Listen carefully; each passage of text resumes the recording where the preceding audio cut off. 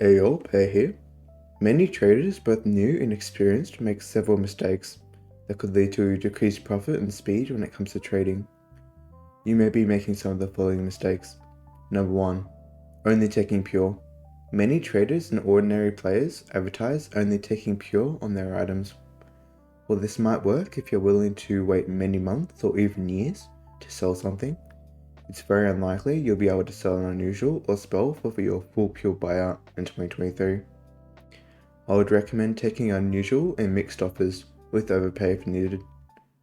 I only get a few good pure offers per month with many different unusuals, so you realistically can't expect to get pure unless you're quick selling. Number 2. Sending trade offers instead of adding people. While sending trade offers might seem like an easier way of making trades due to not requiring negotiation with many different people for a deal, there's a very high chance your offer will be declined, even if it's a very reasonable offer. If you add the person you're trying to trade, you're more likely to be able to negotiate a fair deal.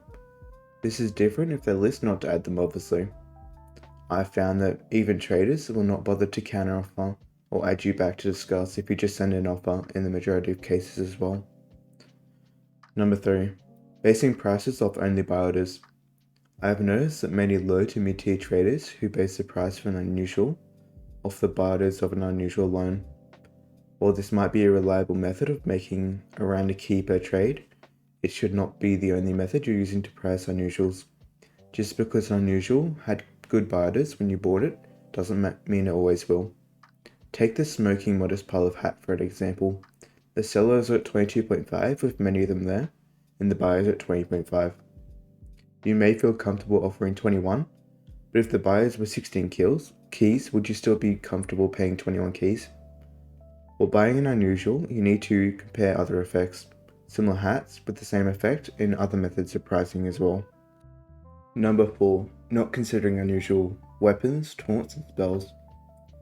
This is one of the most understandable mistakes for traders to make, as it can be very difficult to price unusual weapons, taunts, and spells compared to liquid items and unusual hats.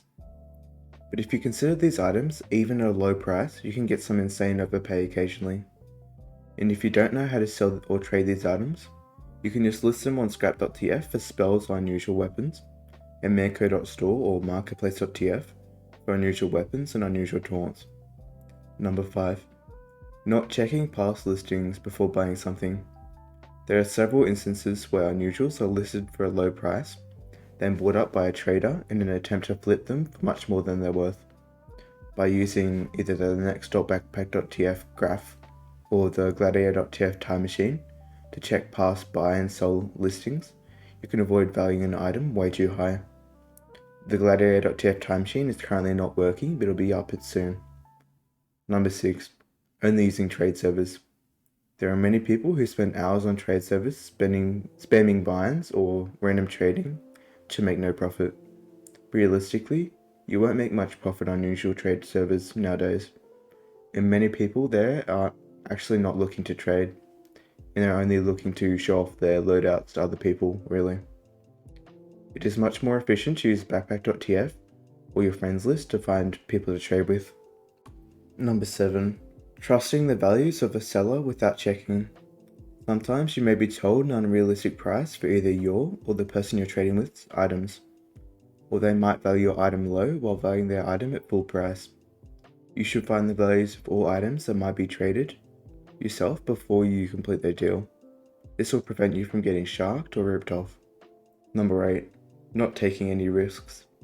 Many traders only make a few keys per trade maximum because they refuse to take any risks by buying illiquid items or rarer effects such as Halloween effects, end of the line effects, or robo effects. If you want to actually make a decent amount of profit, you'll have to take risks. It's like the difference between putting all your money in the S&P 500 and hoping it goes up, instead of making your own business to make more profit. Number 9. Listing your lowest price on Backpack. While this might seem odd to some people, do not list the lowest possible price you can do when listing your item on backpack.tf. Not only will this prevent good unusual offers, because they'll see your price and offer around that or slightly more in unusuals, but if a bot undercuts the market, will collapse. I would recommend listing your item at what you're willing to take for unusuals or mixed, and privately advertising if you want to quick sell it. Number 10. Expecting to actually make money trading.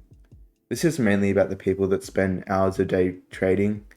If you're only doing trading for money and you live in a first world country, just don't bother. It's just way better to get a job instead, obviously.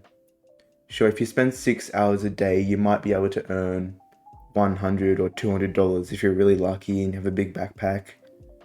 But it's also an incredibly inconsistent side hustle. If you live somewhere like Eastern Europe, South America, Africa, or Asia, it might be worth it, like you can go ahead. But otherwise you should be treating it as a hobby or a side hustle. I do know a few people that can make a living out of Team Fortress trading, but like those people are less than 100. It's like hundreds of thousands of traders, so it's very, very unlikely you'll be able to make enough money to sustain yourself. But yeah, I hope these tips helped you avoid making mistakes in future. And until next time, see ya.